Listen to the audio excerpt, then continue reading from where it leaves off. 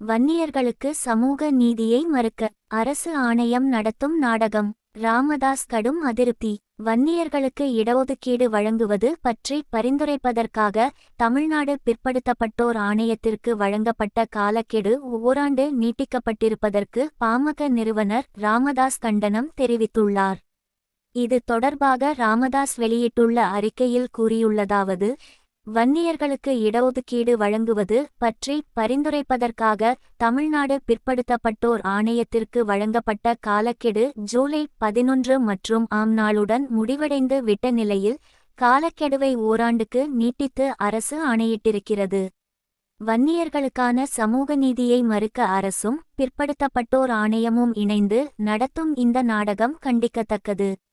தமிழ்நாட்டில் கல்வி மற்றும் வேலைவாய்ப்பில் மிகவும் பிற்படுத்தப்பட்ட வகுப்பினருக்கு வழங்கப்படும் 20 விழுக்காடு இட ஒதுக்கீட்டில் வன்னியர்களுக்கு உள் இட ஒதுக்கீடு வழங்க தடையில்லை என்று 2022 மற்றும் ஆம் ஆண்டு மார்ச் 31 மற்றும் ஆம் நாள் உச்சநீதிமன்றம் ஆணையிட்டது.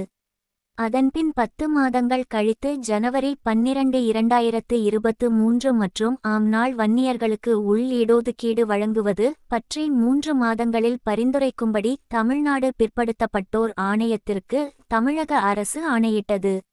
ஆனால் வழங்கப்பட்ட கெடுவுக்குள் வன்னியர் இட ஒதுக்கீடு குறித்த அறிக்கையை ஆணையம் தாக்கல் செய்யாத நிலையில் அடுத்தடுத்து 6 மாதங்கள், 3 மாதங்கள், 6 மாதங்கள் என மேலும் 15 மாதங்களுக்கு கூடுதல் காலக்கெடு வழங்கப்பட்டது. ஒட்டுமொத்தமாக வழங்கப்பட்ட 18 மாத கெடுவும் ஜூலை 11 மற்றும் ஆம் நாளுடன் முடிந்துவிட்டது. இப்போதும் அறிக்கை தாக்கல் செய்யப்படாத நிலையில் தான் ஓராண்டு கூடுதல் கெடு வழங்கப்பட்டுள்ளது. காலக்கெடுவை நீட்டிப்பதற்காக பிற்படுத்தப்பட்டோர் ஆணையம் கூறியிருக்கும் காரணங்களும் அதை எதிர்கேள்வி கேட்காமல் அரசு ஏற்றுக்கொண்டிருப்பதும் தான் வியப்பளிக்கிறது. மிகவும் பிற்படுத்தப்பட்ட வகுப்பில் இடம் பெற்றுள்ள அனைத்து சமூகங்களின் சாதிவாரி விவரங்கள் இல்லாததால் வன்னியர் உள் இட ஒதுக்கீடு குறித்து முடிவெடுக்க இயலவில்லை என்றும் அந்த பணிகளை முடிக்க மேலும் ஓராண்டு காலக்கெடு தேவை என்று ஆணையம் கோரியதாகவும் அந்த கோரிக்கையை கவனமாக பரிசீலித்து காலக்கெடுவை ஓராண்டுக்கு நீட்டித்திருப்பதாகவும் தமிழக அரசு விளக்கமளித்திருக்கிறது. வன்னியர் உள் இடஒதுக்கீடு பற்றி சட்டமன்றத்தில் பா.ம.க. குழு தலைவர் ஜி.கே. மணி எழுப்பிய வினாக்களுக்கு விடையளித்த முதலமைச்சர் மு.க. ஸ்டாலின், மத்திய அரசு தான் சாதிவாரி மக்கள் தொகை கணக்கெடுக்க வேண்டும் என்றும் சாதிவாரி மக்கள் தொகை விவரங்கள் இல்லாமல் வன்னியர்களுக்கு இட ஒதுக்கீடு வழங்க முடியாது என்று கூறினார். ஆனால் இப்போது வன்னியர்களுக்கு இடஒதுக்கீடு வழங்குவது குறித்து ஓராண்டுக்குள் அறிக்கை அளிப்பதாக ஆணையம் கூறியிருக்கிறது. அதை வைத்து பார்க்கும்போது சில ஐயங்கள் எழுகின்றன. அவற்றுக்கு தமிழ்நாடு அரசு பதிலளிக்க வேண்டும். 1. சாதிவாரி மக்கள் தொகை விவரங்கள் தமிழக அரசிடம் இல்லை. அவற்றை திரட்ட மாநில அரசு சாதிவாரி கணக்கெடுப்பு நடத்தவும் தயாராக இல்லை எனும்போது எந்த அடிப்படையில் வன்னியர் உள் ஒதுக்கீடு குறித்த அறிக்கையை தமிழ்நாடு பிற்படுத்தப்பட்டோர் ஆணையம் இறுதி செய்யும்? 2. பிற்படுத்தப்பட்டோர் ஆணையத்துக்கு வழங்கப்பட்ட காலக்கெடு முடிவடைவதற்குள் தமிழக அரசே சாதிவாரி மக்கள் தொகை கணக்கெடுப்பு நடத்த தமிழக அரசு திட்டமிட்டிருக்கிறதா? 3. வன்னியர் இட ஒதுக்கீடு குறித்து பரிந்துரைக்க தமிழ்நாடு பிற்படுத்தப்பட்டோர் ஆணையமே சாதிவாரி மக்கள் தொகை கணக்கெடுப்பு நடத்த தீர்மானித்திருக்கிறதா? 4. இவை எதுவுமே இல்லை என்றால் எந்த அடிப்படையில் பிற்படுத்தப்பட்டோர் ஆணையத்திற்கு கால நீட்டிப்பு வழங்கப்பட்டது? கால நீட்டிப்பு கோருவதற்காக ஆணையம் கூறிய காரணம் என்ன? 5. ஆணையம் எந்த காரணமும் கூறவில்லை என்றால் கால நீட்டிப்பு வழங்கப்பட்டது ஏன்? ஆணையம் நீட்டிய இடத்தில் கையெழுத்து போடும் அளவுக்கு அரசு பலவீனமடைந்து விட்டதா? 6.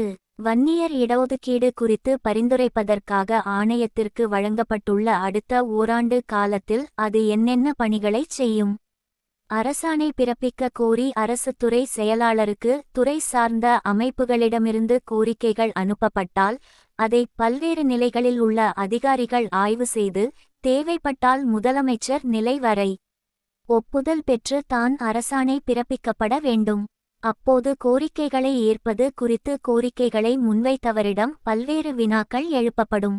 மேலும் ஓராண்டு காலக்கெடு கோரி பிற்படுத்தப்பட்டோர் ஆணையம் கோரிய நிலையில் 1. வன்னியர் இடஒதுக்கீடு குறித்து பரிந்துரைக்க இதுவரை வழங்கப்பட்ட 1½ ஆண்டு காலக்கெடுவில் நீங்கள் மேற்கொண்ட பணிகள் என்னென்ன? 2. வன்னியர் இடஒதுக்கீடு குறித்து இடைக்கால அறிக்கை இதுவரை தாக்கல் செய்யாதது ஏன்? 3. முதல் கட்டமாக 3 மாதங்கள் மட்டுமே காலக்கெடு வழங்கப்பட்ட நிலையில் அதன்பின் அதைவிட அதிகமாக 6 மாதங்கள் கால நீட்டிப்பு கோரிய ஆணையம் இப்போது அதைவிட இன்னும் கூடுதலாக ஓராண்டு காலக்கெடு கோருவது ஏன்? என்பன போன்ற வினாக்களை தமிழக அரசு கேட்டிருக்க வேண்டும். ஆனால் எந்த எதிர்வினாவும் கேட்காமல் பிற்படுத்தப்பட்டோர் ஆணையம் கோரியவாறே ஓராண்டு கால நீட்டிப்பை அரசு வழங்கியுள்ளது. மு. க. ஸ்டாலின் வெளிப்படையாக அறிவித்த நிலைப்பாட்டின்படி தமிழக அரசு சாதிவாரி மக்கள் தொகை கணக்கெடுப்பை நடத்தப்போவதில்லை. மத்திய அரசும் உடனடியாக சாதிவாரி மக்கள் தொகை கணக்கெடுப்பு நடத்துவதற்கு வாய்ப்பு இல்லை. இவை நடக்காத நிலையில் வன்னியர் இட ஒதுக்கீடு குறித்து பரிந்துரைக்க ஆணையத்திற்கு காலக்கெடு நீட்டிப்பதால் எந்த பயனும் இல்லை. இது அரசுக்கும் ஆணையத்திற்கும் தெரியும். ஆனாலும் நீ அடிப்பது போல அடி, நான் அழுவதைப் போல அழுகிறேன் என்று தமிழக அரசும் ஆணையமும் இணைந்து வன்னியர் சமூக நீதிக்கு எதிராக நாடகமாடுகின்றன. இன்னொரு புறம் வன்னியர்கள் மிகவும் பிற்படுத்தப்பட்ட வகுப்பினரின் கல்வி மற்றும் வேலைவாய்ப்புகள் குறித்த தரவுகளே இல்லை என்று ஆணையம் கூறுகிறது. ஆனால் வன்னியர்கள் 10.50 விழுக்காடுக்கும் கூடுதலான பிரதிநிதித்துவத்தை பெறுகிறார்கள் என்று அமைச்சர் சிவசங்கர் சட்டப்பேரவையில் கூறுகிறார். அப்படியானால் ஆணையம் கூறுவது பொய்யா? அமைச்சர் கூறுவது பொய்யா? அண்மையில் நடத்தி முடிக்கப்பட்ட முதல் தொகுதி தேர்வுகளில் கூட வன்னியர்களுக்கு 5 விழுக்காடுக்கும் குறைவான பிரதிநிதித்துவம் தான் கிடைத்திருக்கிறது.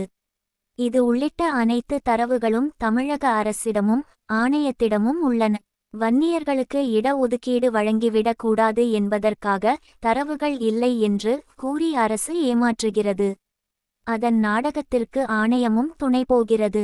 வன்னியர்களால் வளர்ந்த திமுக இப்போது வன்னியர்கள் மீது கொண்டிருக்கும் வஞ்சம் மற்றும் வன்மத்தின் காரணமாகவே இட ஒதுக்கீடு வழங்க மறுக்கிறது. திமுகவின் இந்த நாடகங்களை உழைக்கும் பாட்டாளி மக்கள் நன்றாக அறிவார்கள். காலம் வரும்போது சமூக நீதிக்கு எதிரான நன்றி மறந்த திமுகவுக்கு மறக்க முடியாத பாடத்தை தமிழக மக்கள் புகட்டுவார்கள் என்பது உறுதி. இவ்வாறு ராமதாஸ் தனது அறிக்கையில் கூறியுள்ளார். இந்த வீடியோ உங்களுக்கு பிடிச்சிருந்தா லைக் பண்ணுங்கள், ஷேர் பண்ணுங்கள், கமெண்ட் பண்ணுங்கள். மறக்காமல் இந்த சேனலை சப்ஸ்கிரைப் பண்ணுங்கள். நன்றி, வணக்கம்.